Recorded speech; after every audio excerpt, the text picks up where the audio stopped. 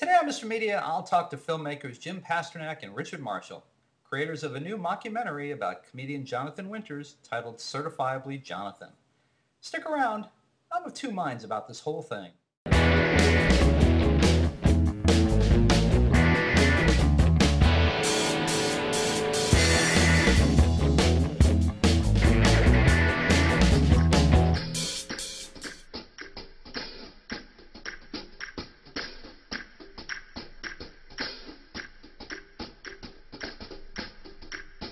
Did you ever undress in front of a dog?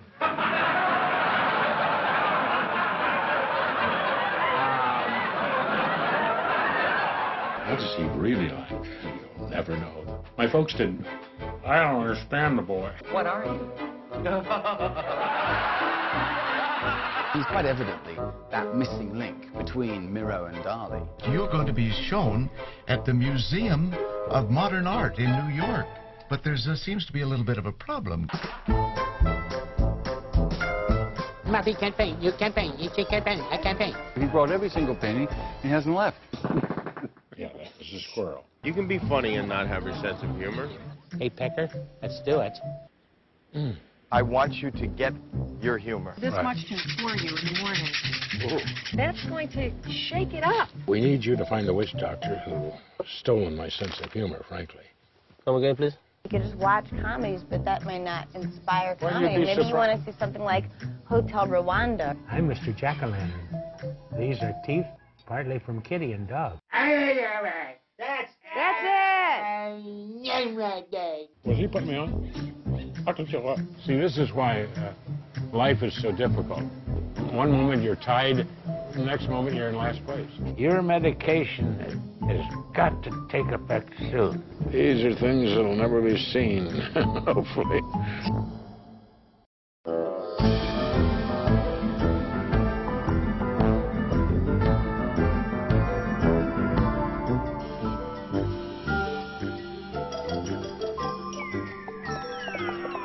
I'm too tortured. I want to go back to the asylum where I'm protected. Mr. Media is recorded live before a studio audience of people claiming to be characters created by Jonathan Winters in the new media capital of the world, St. Petersburg, Florida. Finding the real Jonathan Winters could not be easy, but you might try looking in the toy aisle at Target with Howie Mandel, or a video store with Sarah Silverman, perhaps flashing a little boob. Just one, though. Let's not go crazy. If all else fails, there's always a seance to be had with the Arquette family.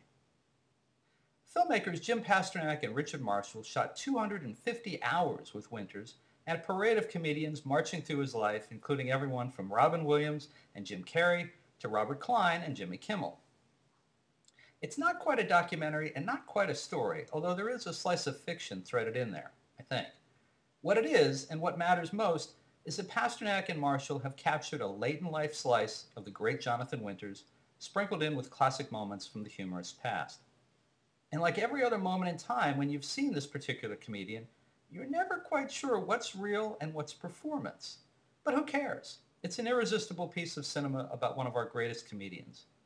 Joining me today is Certifiably Jonathan director Jim Pasternak and producer-photographer Richard Marshall. And guys, welcome to Mr. Media. Thank you. How are you doing? Thank you. You said you were of two minds, which is good because Jonathan Winters is bipolar. It just seemed fitting to say that. And you know, the thing is, in watching the film, you're never quite sure if he's having a bipolar moment or if they're all bipolar moments. Could you guys tell after a while? No. It was catching. You know, we caught it. And we exhibited the same symptoms from time to time when we were around Jonathan. So it was very hard to tell anything. We were very different people 4 or 5 years ago before we started. Or was that 7 years ago? We don't even know that. You've lost track of that too. How different was your perception of him from the beginning to now? Did you see him differently when you started than when you finished? Well, yeah.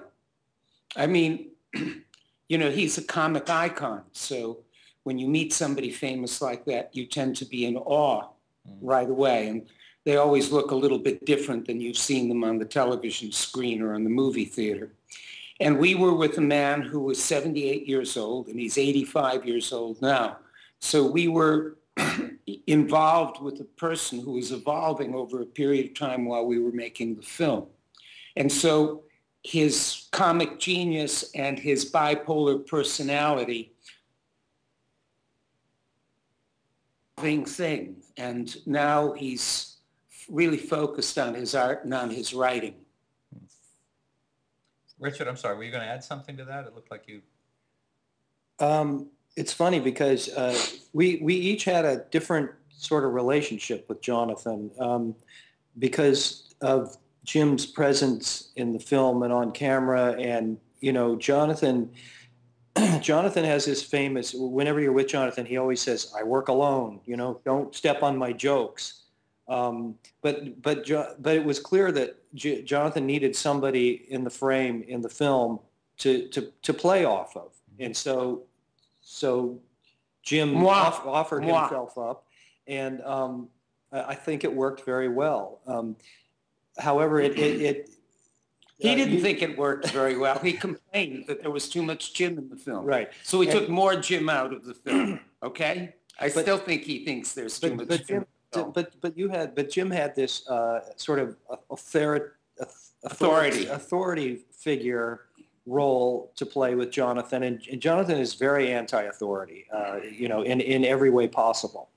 And so since I was sort of behind the scenes, behind the camera most of the time, I almost had a relationship with him. He almost had a grandfather role to me. And what else did you have? You had, I don't know, a pig.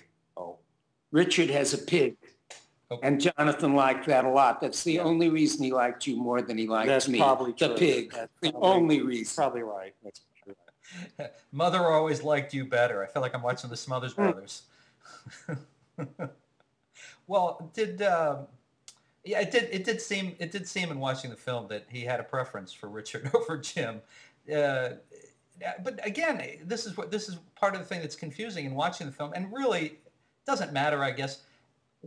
How do we separate what's scripted and what's not here? I mean, the interaction between Jonathan, the two of you, for example, in shooting things, scripted, not scripted?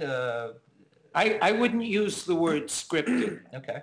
I mean, what happens is that as you make a film, a narrative sort of develops.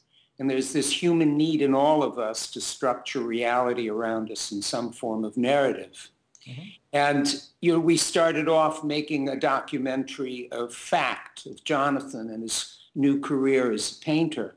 But because of his improvisational riffs and where he would take us, certain things began to emerge. And so we found ourselves not only making a documentary of fact, but a documentary of Jonathan's imagination at work. So the film operates on these different levels. And I think it's not really a question of fiction or nonfiction. I think it's a question of psychological narrative. Wow. That was pretty good. New one. Yeah, psychological narrative. So the truth of it is that it did start as a documentary, and then it just took on its own life. Yes. Yeah, absolutely. Yes. And, you know, we would be interviewing him, he'd be talking about art, and all of a sudden he'd just go into a character and start riffing. And that was kind of when we realized, wow, there's a lot more here than just, you know, a film about Jonathan Winters as a painter. And then we had a lot of happy accidents. When Jim Carrey, the little scene with Jim Carrey, he wandered into the gallery one night just out of the blue, and we ended up shooting him. And same thing happened. Requests from other talent, they just wanted to meet Jonathan because, you know, he's a mentor to so many great comedians. And scripted, that's an interesting... No, it wasn't scripted. It began to be structured, but these were improvisational geniuses. Okay. And I, for one, had to learn to let go and let whatever happen, happen. So in a way, the film is really directed by Jonathan. Whenever we'd try to script anything, he'd just look at it and toss it aside and said, I don't do other people's scripts. No, but he'd get the structure. and he'd know what was important in terms of the ongoing story that was emerging. And he was complicit in that. It wasn't something that was just created to be a fantasy inside a documentary. It was sort of like an episode of Curb Your Enthusiasm, where there's a that's not a bad simile. I mean, it has that style. Because you have Larry going through all the scenes, and then there's always the interaction where cameos with famous comedians or movie stars just happen to walk in, and it's planned, but it's not entirely planned, I guess. Right. But now there were two. There are some real setup moments. Nora Dunn several times. The Arquette family. I assume some of that, maybe not for Jonathan, but maybe for the other players, some of that was scripted or directed in some way. Do you think so? I don't know. It's there's a lot of controversy about that. If only we could find someone who was there to tell us. If only. We've been working on that. That's what post-production is all about. Mm-hmm. All right. And that seems to be the answer to that question. I'll tell you what. We need to take a very quick break. This is Bob Andelman, and you're listening to and hopefully watching the Mr. Media interview with filmmakers Jim Pasternak and Richard Marshall, whose new movie is Certifiably Jonathan, starring Jonathan Winters and Robin Williams, who we'll come back and talk about in just a minute. And folks, we'll be right back.